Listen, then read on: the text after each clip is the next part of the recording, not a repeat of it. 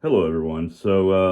Anybody who knows me closely knows that I've been a little bit sick the last few days because I ate some out of date hot sauce and it did not work out well with a bunch of bean burritos, and that didn't work out well either. But I decided something in me told me to make this crystal design and light all these candles. And it actually started making me feel better. Like I was, walking back and forth, not even thinking about it. I was crossing where that line is pointing out, going back and forth. And I feel like there's some kind of healing energy that overtook me. And I felt invigorated. It's kind of just something I did subconsciously. I don't know why I did this, but it kind of worked out. Now I got two root canals. Oh God, two root canals that are going to be done today. So after I get back, I'll do another crystal formation and consciously think about it this time, and we'll see if that makes me feel better. Wish me luck. Well, here I go. Wish me luck. I'll be back in a minute. Two root canals, man. Oh, it's gonna be awful. I got deep nerves too. I found that out with my last root canal. Well, this sucks. It's amazing I can still move my mouth though. Now the two root canals, they were pretty normal. It wasn't as bad as I thought, thank God. Um, I'm worried about my mouth once the numbing agent kind of gets out of my system. Got to go pick up meds for that. Two root canals, man, it's gonna be achy in that part of my mouth. But I'll go ahead and see what I can do with crystals to help me out, and we'll kind of go back to my house, and then I'll figure out exactly what I can design as in terms of crystals or selenite to help me keep both my energy level up, but also possibly help me with the pain that's probably going to come. All right, everyone. So the configuration that I've decided upon is one that is completely unique, but I'm using a number of different implements and ritual tools, as well as things that contain power. So let's go ahead and explain what's going on here. Now, this is the sigil that Andre Vitamus made for me as far as blood magic and enhancing any ritual. I have a crystal pyramid in front of that. It could be quartz or selenite. I actually do not know. But I found that selenite, for me, works just as good as quartz. So I have that pinned there. I have two white candles. Now, these two white candles have been burning since my last crystal configuration earlier, but they still seem to contain a lot of energy or a lot of ability to direct energy. So what I have around here is this is my pillar of power. I crafted this out of black clay, and then I cut some silver and anointed it with blood. This is where I store some of my energy that is building up too much. I need to store it somewhere or use it, but this is how I store the energy that builds up in my chest, which can be frustrating at times. Not necessarily frustrating as much as my chest feels like it's very expanded because there's so much energy that I draw in naturally by when I breathe in, I tense my stomach and bring my stomach in. So that's naturally how I breathe. And I didn't realize how much power that built up by when you breathe, your stomach gets sucked in until I started to feel this thing in my chest that I just needed to push into something else, and that's my pillar of power. So this small candle, there's dragon's blood in it, just kind of wafted over and scented over the top of this candle. So this candle is placed like this because it needs to be a smaller candle, so the energy transference is a little bit slower. I don't want to take everything out of this pillar of power. So just a more minor draw of energy and length of time as well, because the length of time for these 7-day candles is very long. So I just want to kind of gather some of the energy into this configuration I have here. So I've decided to use the Buddha Moon incense by Hem, Hem, as the left part anointing. And then I've decided to use Divine Blessings as the right hand anointing as far as stick incense is concerned.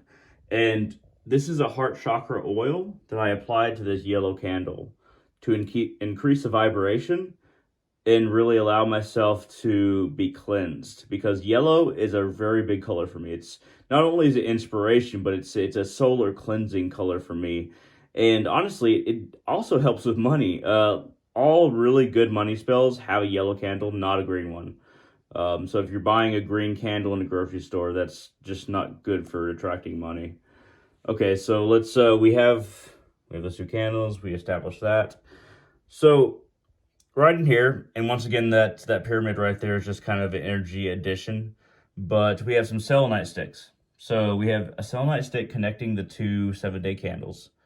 Then we have one connecting to this energy generator. Now, this energy generator actually has a little, really don't want to mess up my configuration here, a little quartz pyramid on top. The rest is a gate.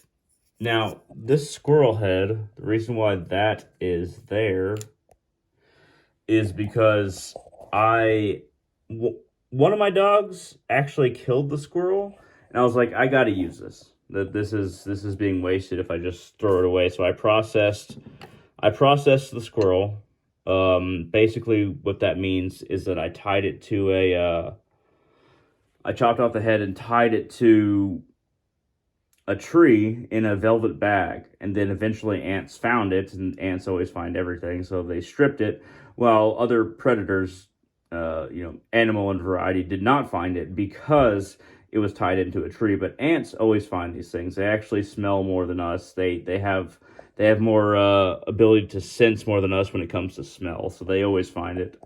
So what I did with the skull of the squirrel is I engraved the multi-dimensional configuration of Yggdrasil upon its head after processing it, and anointed that with my own blood. So basically, the tree of Yggdrasil dimensionally is on top of that squirrel's head, and it's blessed with my own blood. Now, the reason why I use a squirrel head, people might ask, why did you use a squirrel head? So there's this old Norse understanding that the squirrel, in general, its energy, the grandparent, the grandfather, mother, what have you, actually delivers messages along Yggdrasil. It is a being who not only climbs up, trees in our world, but it actually climbs up trees in different dimensions. Its nature is to climb, and that doesn't stop with physical trees. So Rattata and that's kind of where we get the idea of the Pokemon. Is the squirrel that delivers messages up and down Yggdrasil, which means up and down the multiverse, and the multiversal tree that is Yggdrasil. So, let me describe a little bit more here. Right here is my patent. Paten. It is basically Ansuz.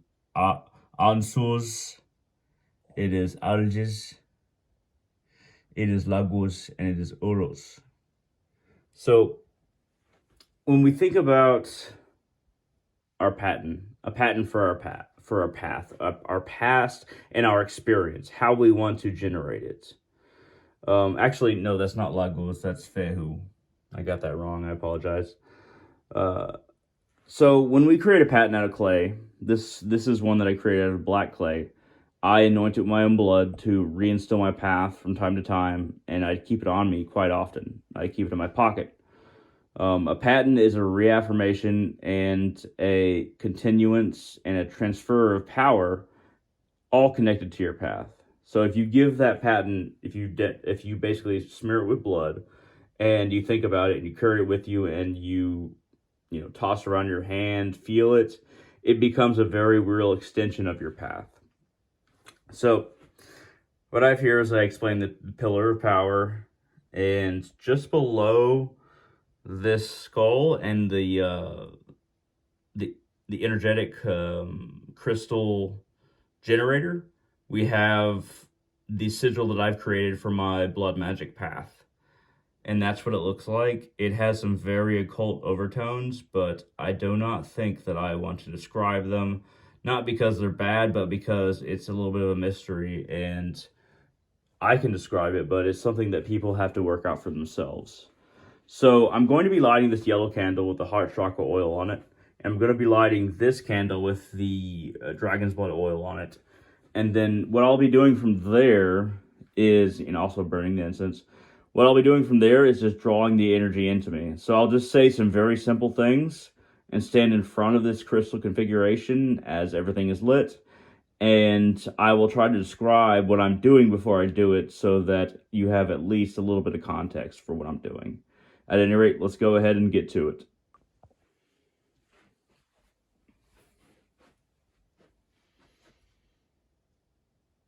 I see the light from these candles and all the power sources within, and I breathe them in.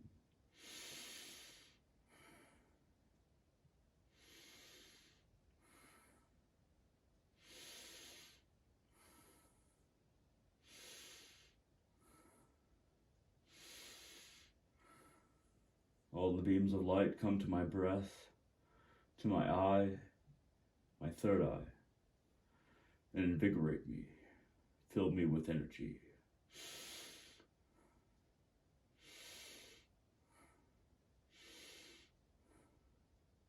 With my eyes closed and my third eye open, I can see the energy going into me, being cast as I have made the orientation of crystals to manifest that which I desire.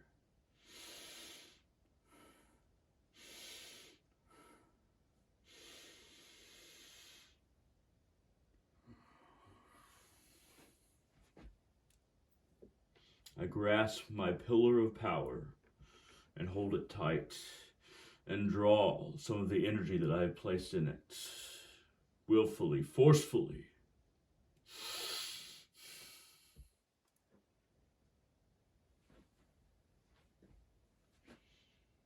I speak to the gods through this skull. Hear me. I ask only your divinity to be connected to a willing consciousness. Hail the gods, hail, hail, hail.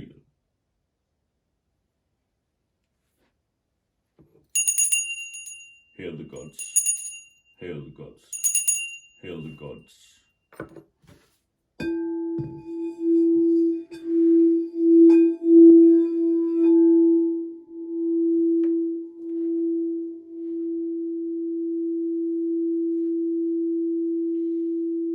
I now close my eyes and picture all the crystals. Picture the candles and the energy sources, and I draw them into me.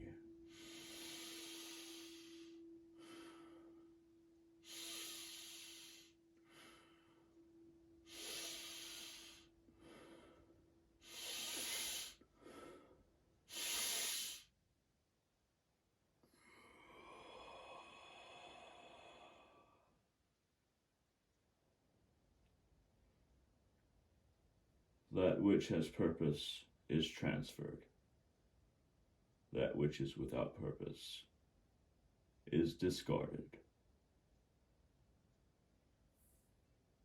I have drawn energy, and it will continue to go into me, into my solar plexus, and throughout my body from there, as these crystals have allowed.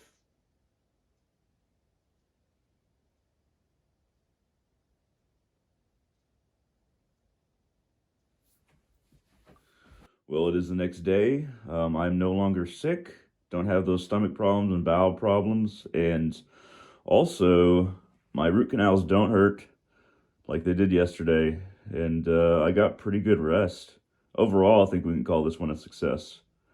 Thank you very much for watching. I highly recommend that you play with selenite and quartz or any other kind of crystal. See what you can manifest or see how they can aid you, whether it be for health or pain or anything you want in your life, material or otherwise. Perhaps some abstract thing like wisdom or understanding of a deep truth. At any rate, thank you very much for watching, and all of you, have a wonderful day.